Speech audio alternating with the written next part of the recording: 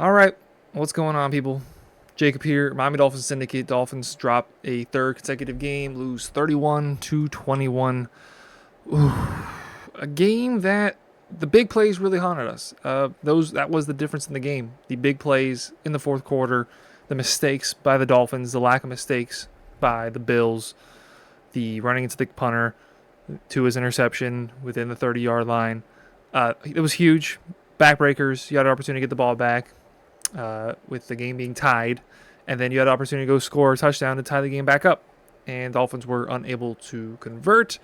Looking at the box score, Tua 146, 2 touchdowns, interception. Josh Allen 22-28, 213, and 3 touchdowns. Josh Allen didn't really have to play Superman really at any point in this game, but Bills just consistently made good plays. Were able to run the ball. James Cook over 100 yards.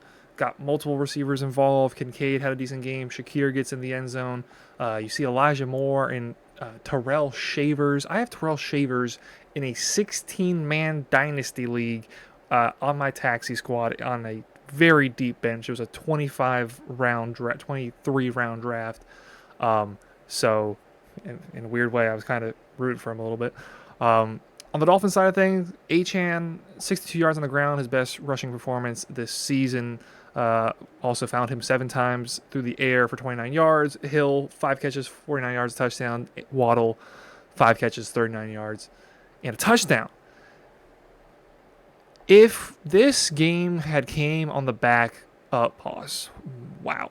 If this game had come off of winning 2 games against the Colts and the Patriots to open up the season, all right, you shrug your shoulders. You're a little disappointed because it's just another example of how the Dolphins struggle to play up in Buffalo.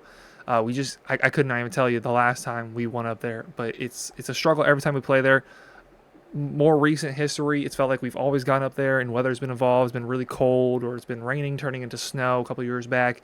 We got blown out a few years ago. We got blown out multiple times there in recent history. Eventually, you got to start winning. Eventually, got winning in Buffalo. But again, if the season had gone W versus the Colts, W versus the Patriots, you're like, okay, I assumed this was going to be a loss when I saw the schedule. You then look beyond it. You got the Jets coming up. You got the Panthers coming up. You got the Browns not too long around the corner. You see that, and you see light at the end of the tunnel. Instead, you're 0-3. Instead, in back-to-back games, you very realistically have a chance at the game. Patriots, you take the lead on the punt return, give it right back up on the kick return. Now, this week, you're supposed to get the ball back in the fourth quarter with the game tied. Zach Sealer commits the roughing. I think I said running into the roughing, the punter penalty. Automatic first down. Bills do what the Bills do.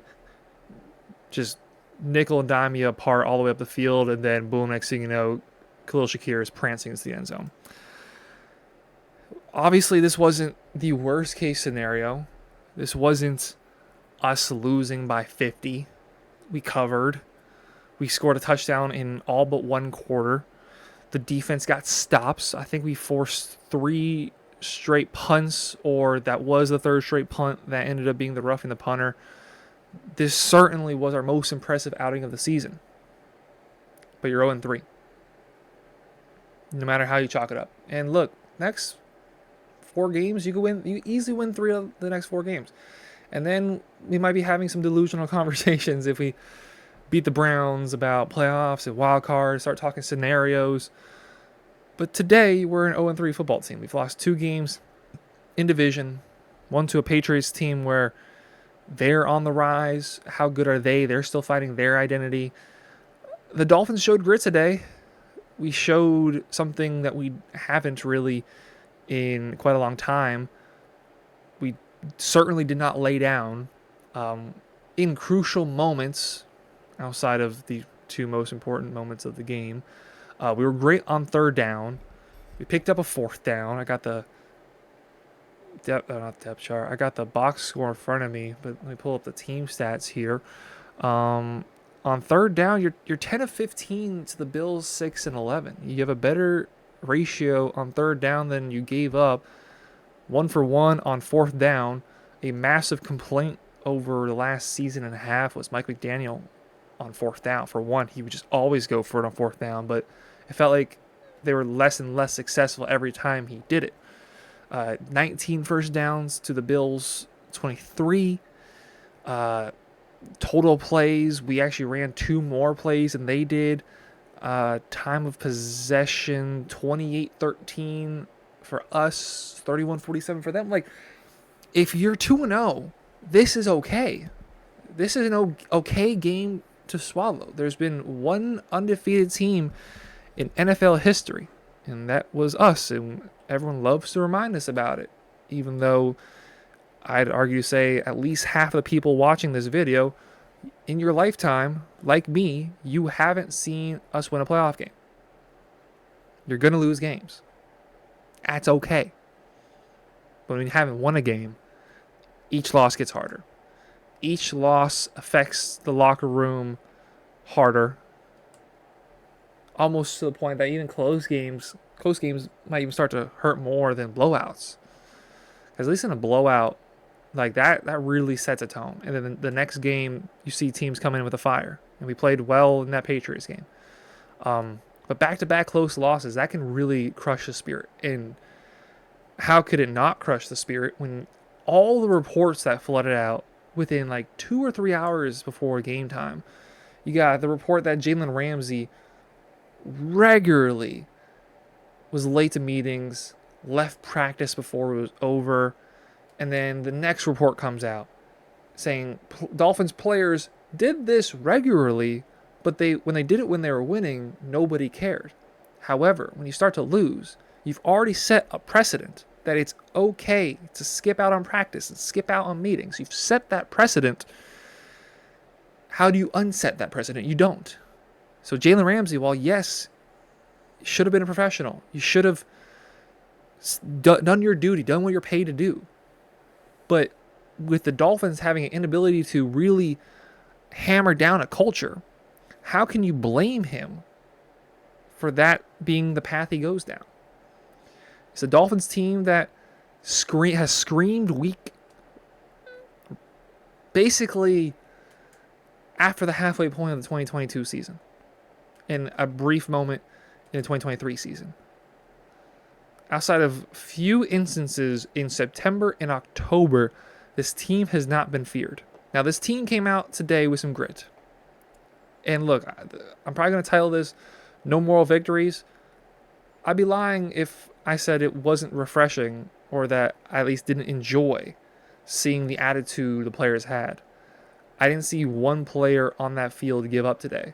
I saw Tyreek frustrated on the sidelines, and he's, in spite of everything that he's done wrong, it's okay to be frustrated. Frustration unto itself is not a bad thing. It's then how you use that frustration, potentially for feeling for good.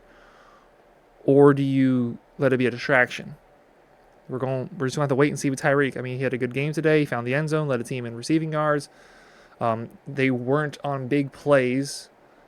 Quite a few of them, actually, or at least 3 of them, I want to say, were like good routes by Tyreek, showing a little bit of versatility, or getting the ball on 3rd and long, looping back around and find a way to make a play. That's what we want to see from Tyreek. They're taking away the long shots. Okay, now how are you going to affect the game when you get the ball underneath? And he did. Bradley Chubb looked good. Bradley Chubb has been our best defensive player this season, which is not an award that there's going to be a whole lot of competition for. But Bradley Chubb, while he might be still overpaid and while we probably shouldn't have given up a first-round pick for him, Bradley Chubb looked good. Zach Sealer obviously had his massive error. He couldn't stop the run. Did better against the run in the second half, certainly in the first half. I believe James Cook had about 80 yards in the first half and finished with 108. So you're looking around 30 yards in the second half. That's a good performance. Josh Allen never got the opportunity to really make a hero play. He had like a 18-yard rush in the first half, something along those lines, and that's nice and all, but there certainly could have been there's another gear that Josh Allen can take it to, and whether it be us, whether it be he didn't have to, we didn't quite see that from Josh Allen today. This is obviously a Buffalo Bills team that very easily can win the Super Bowl. They are probably the betting favorites to make it out of the AFC. And right now, everything I've seen from them, I can't argue otherwise. They're missing arguably their 2 best defensive players. They were fine on defense. You could definitely tell that they were missing Ed Oliver. Ollie Gordon, it was nice to see him get involved. What was his final stat line like? But Ollie Gordon with a little bit more of a physical presence. Had you had an Ed Oliver in there, I don't think Ollie Gordon would have been as good as he was. Ollie Gordon at 9 carries, 38 yards, 4.2 yards per carry, found the end zone. As a team, 130 yards on the ground on the day. That was the first time since November last year that we had a game over 130 yards. 5.2 yards per carry. Again, that's not bad. Tua's big interception at the end. Yep, you couldn't do that. You could not afford to do that in that moment. You had an opportunity. With how week 1 looked, we were just begging to hang in with the Bills today. You get an opportunity to probably tie the game, depending on how the clock went. I said to Donovan, like, if they're out of timeouts and a minute left in the game, maybe you go for the 2. But if it's like at the 2-minute warning, just kick the extra point. Make them win the game at that point after stopping them decently well in the second half. But instead, Tua throws the ball away. It was really a good play by the linebacker. They broke it down on TNT, or not TNT, on Amazon. Tua just completely ignored the middle linebacker, used his eyes outside cornerback correctly when he uses his eyes to move him over when he's looking down at Achane, as he assumed correctly. Outside cornerback followed. You got the slot corner backing off. He's not going to get there in time. So he did what he's supposed to do with the eyes on the outside guy. Slot corner's not making that play. Throw. Didn't account for the middle linebacker. 81.2 passer rating today.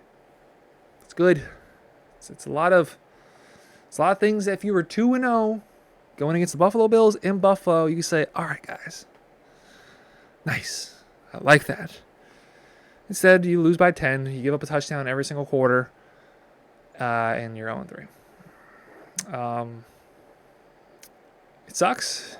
It's not surprising, but it's even if it's not how we expected to get here, it is still where we expected to be. 0-3. 4 weeks coming up here. You got to win 3. You have to win 3. You cannot win 2. You cannot win 1. You have to win 3 if you want any semblance of a successful season where you have a shot at the end. You got to win these 3. Jets, Panthers. You lose to the Chargers. You know what? Arguably top 5 team in the league. Same thing here with Buffalo. I'll be disappointed when we do eventually lose to the Chargers, but we're acknowledging it here. It's a game we're going to lose. And then the Browns, 3 wins. You need 3 wins. If not, that might be the end of the game. If he loses the Browns, that might be it. So let me know your thoughts on the game down below. This is the first time I've ever recorded a video, and my girlfriend is sitting on the phone watching me. So this was fun. Did this all in one take. Not even going to edit this at all. Just going to raw upload it. So let me know your thoughts on the game. Big plays, how they went wrong. Close, no cigar, no moral victories. Let me know your thoughts down below. We'll see y'all tomorrow with more breakdowns of the game. Have a great rest of your day. Go Dolphins.